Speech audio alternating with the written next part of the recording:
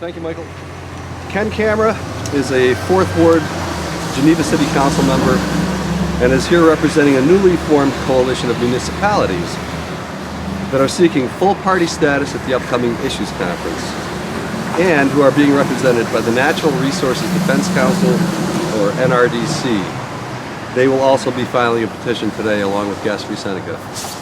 Ken? Thank you. Thank you, Joe. Over the last 25 years, the Geneva City government and its citizens have been developing and implementing strategies to reposition the city as a tourism and recreational center with an emphasis on our roots in wine, hops, and locally grown food. We've recently completed the first of 7 multi-million-dollar phases of development of approximately 60 acres of lakefront park and lake access points to accommodate our community's desire for exercise, relaxation, lakeside festivals, cultural, running, and sporting events, and enhanced wedding venues.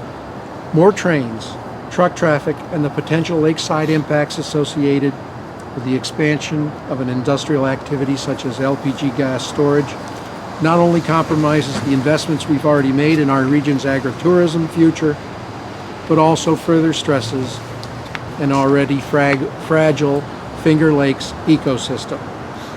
The potential for a catastrophic accident at Finger Lakes LPG Storage LLC's U.S. salt site related to the storage of propane and butane liquids is not insignificant. Substantive impacts from an accident would touch nearly every sector of our economy and our day-to-day lives. The region's tax and employment bases, industrial sectors, and the service sector that supports it, and most importantly, our children and families would be drastically affected in a likely irreversible way within our lifetimes. Scientists have already documented the deterioration of Seneca Lake over the last 20 years. We cannot afford to risk the lakes and the region's future for a project of limited local benefits, especially considering that there are many better and safer storage alternatives available in other locations. Almost 28,000 residents and businesses depend on freshwater supplies from municipal water treatment plants around Seneca Lake. It's the fiduciary responsibility of the Geneva City Council and our partner municipalities in the watershed to oppose this project and seek assurances at the highest level of Crestwood and its Crestwood Midstream partners and other incantations of Crestwood that should this project ever be permitted, Crestwood, not one of over a dozen shell companies or limited recourse entities, will be responsible for any and all related damages to the watershed, the water source, the water treatment plant infrastructure, municipal wells, private wells, and direct water services in Seneca Lake, as well as all financial impacts associated with the short and the long-term damages to our economic and personal health. On a personal note, I just want to say I hope if there are any Syracusans out there who are watching, that you consider the struggles that this community's had in trying to bring back Onondaga Lake over the last 40 to 50 years, and that impact on this community. And so I think that if you have the opportunity to talk to your public officials, ask them to think about us, ask them to consider joining the coalition. We're all in this together, and we don't need to go through what you've been going through for many years to try to bring back a lake that's been spoiled by an industrial operation. Thank you very much. As you mentioned, I'm the co-owner of Hector Wine Company and also a partner in Forge Cellars. I've been a part of the Finger Lakes wine industry since the fall of 2000. My career has grown along with the rapid success of our local industry. The Finger Lakes wine industry has prospered immensely in the last decades and helped to foster a huge growth in bed and breakfasts, restaurants focused on our local culinary bounty, increased number of cheese producers, organic farms, high quality winemaking and grape growing, and a world-class tourist destination. These great achievements have not gone unnoticed on the international wine scene. Starting in 2011, vintage French vineyard Louis Brault of Chateau Saint-Côme in Gigondas, France became active in the Finger Lakes with forged cellars. More recently, Paul Hobbs of California and Argentina and Johanna Saubach of Germany have invested in vineyard land in the Finger Lakes. These are huge names on the international wine scene who have gone into business together because of their shared belief in the potential of the agricultural landscape of the Finger Lakes, particularly Seneca Lake, for world-class grape growing and winemaking. Both of these international endeavors are located in Schuyler County, just across the lake from the proposed LPG facility. They have come to our corner of Seneca Lake without any costly tax breaks or incentives. Just as some of the most respected winemakers in the world begin projects on Seneca Lake, and Wine Enthusiast magazine names the Finger Lakes one of the top 10 best wine travel destinations in the world for 2015, New York State is facing a decision about allowing 88 million gallons of liquefied petroleum gas to be stored in and transported out of Watkins Glen.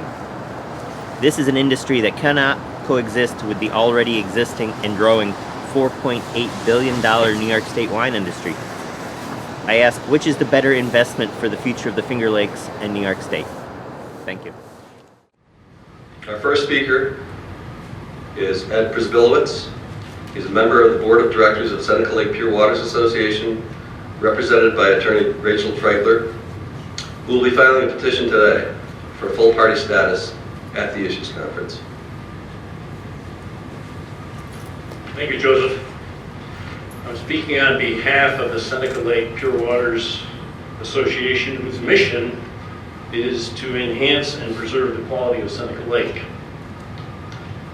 Perhaps the biggest challenge to the quality of Seneca Lake during the association's 30-year history is the proposal to store LPG gas under pressure in abandoned salt mines on the shores of the lake.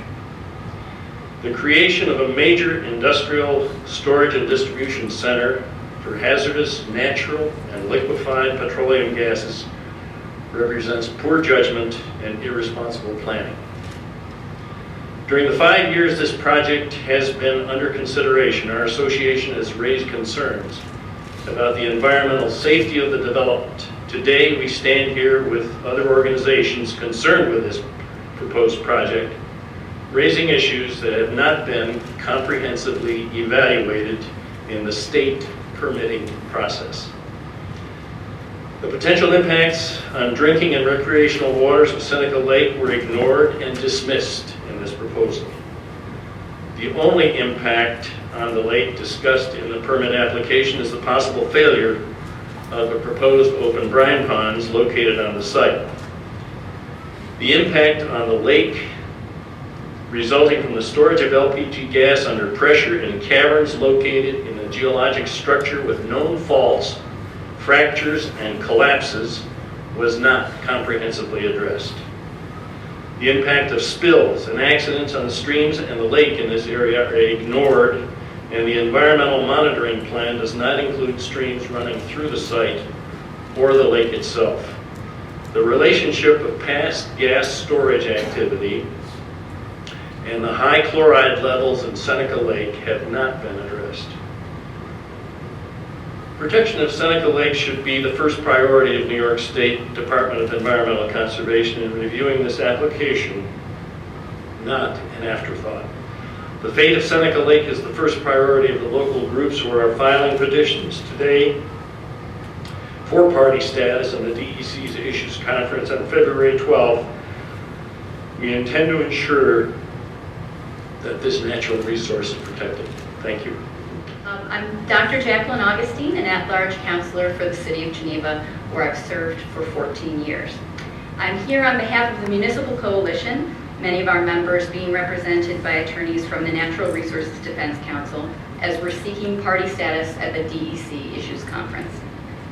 Geneva has worked tirelessly over the past 25 years to avoid the fate of our Rust Belt neighbors in a post-industrial economy. We've done so through intentional, focused investment in recreational tourism, environmental stewardship, and sensible economic development. The expansion of gas storage along the shore of Seneca Lake not only threatens the water supply for Finger Lakes residents, but it threatens the economic health of a region that has a burgeoning international brand to protect. The City of Geneva, along with 11 additional municipalities, are seeking party status at the Issues Conference to ensure that the people who live and work in this area will not have their interests trumped by a Texas-based company that's looking to profit at our expense. We want our residents and our visitors to be safe, and that means that we must take the necessary steps to secure the drinking water, the businesses, and the community character that makes this region unique. The public opposition to this project is broad and strong. There are daily arrests at the gates of the Crestwood facility as local residents, grandparents, teachers, small business owners try to bring attention to the environmental and economic risks of this project. We have the facts to demonstrate that this project should not be permitted. By filing for party status, we're asking Governor Cuomo and the DEC to take note of these concerns and to act responsibly in denying the permit for the proposed activities. No municipal official who takes his or her job seriously could stand by and let this project happen. So we formed a coalition that will stand together in the public interest, and we're ready to work together to put a stop to this dangerous proposal. We were pleasantly surprised late last night to receive a letter of support signed unanimously by the Rochester City Council.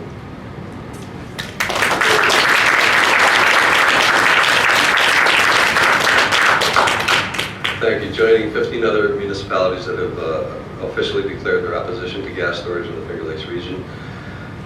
Today, we have with us Carol Lee Conklin. She's the Rochester City Councilor at Large, and she wants to just say a few words. Carol Lee, thank you for coming.